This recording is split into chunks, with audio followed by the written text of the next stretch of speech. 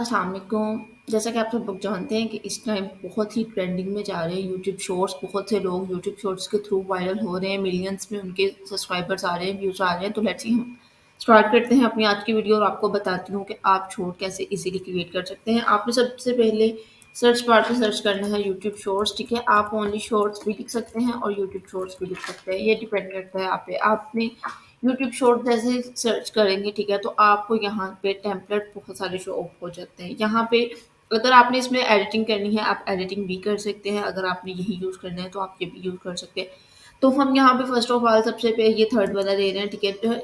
तो अब इसको जैसे मैंने इस पर क्लिक किया तो आप देख सकते हैं कि मेरे पास ये बार ओपन हो चुका है। मैं इसको कस्टमाइज टेम्पलेट करती हूँ क्योंकि मैं इस टेम्पलेट को यूज़ करना चाहती हूँ। उसको जैसे ही मैंने किया तो आप देख सकते हैं कि क्यों टैब में मेरे पास ये टेम्पलेट ओपन होके आ गया है। अब इसको मैंने क्या करना है, इसमें जो एडिटिंग करनी है, जो कंटेंट चेंज करना है, मैं उसको कर सकती हूँ। अदरवाइज़ अगर कंटेंट चेंज नहीं भी करना तो मैं नहीं कर सकती, ठीक है।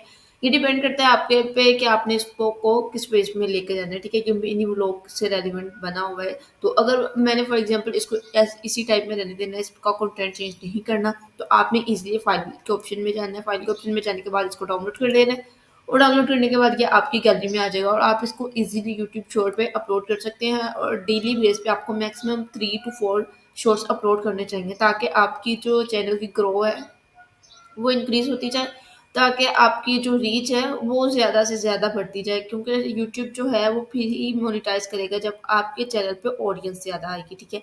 उम्मीद करती हूँ आप लोगों को यूट्यूब शॉर्ट्स का मेथड पता चल गया होगा। इंशाल्लाह नेक्स्ट वीक हमारी क्लास आएगी जिसमें आपको ओवरऑल कैसे खुद क्रिएट करते हैं, ठीक है। ये तो मैंने आपको टेम्पलेट का शो ऑफ बता दिया है।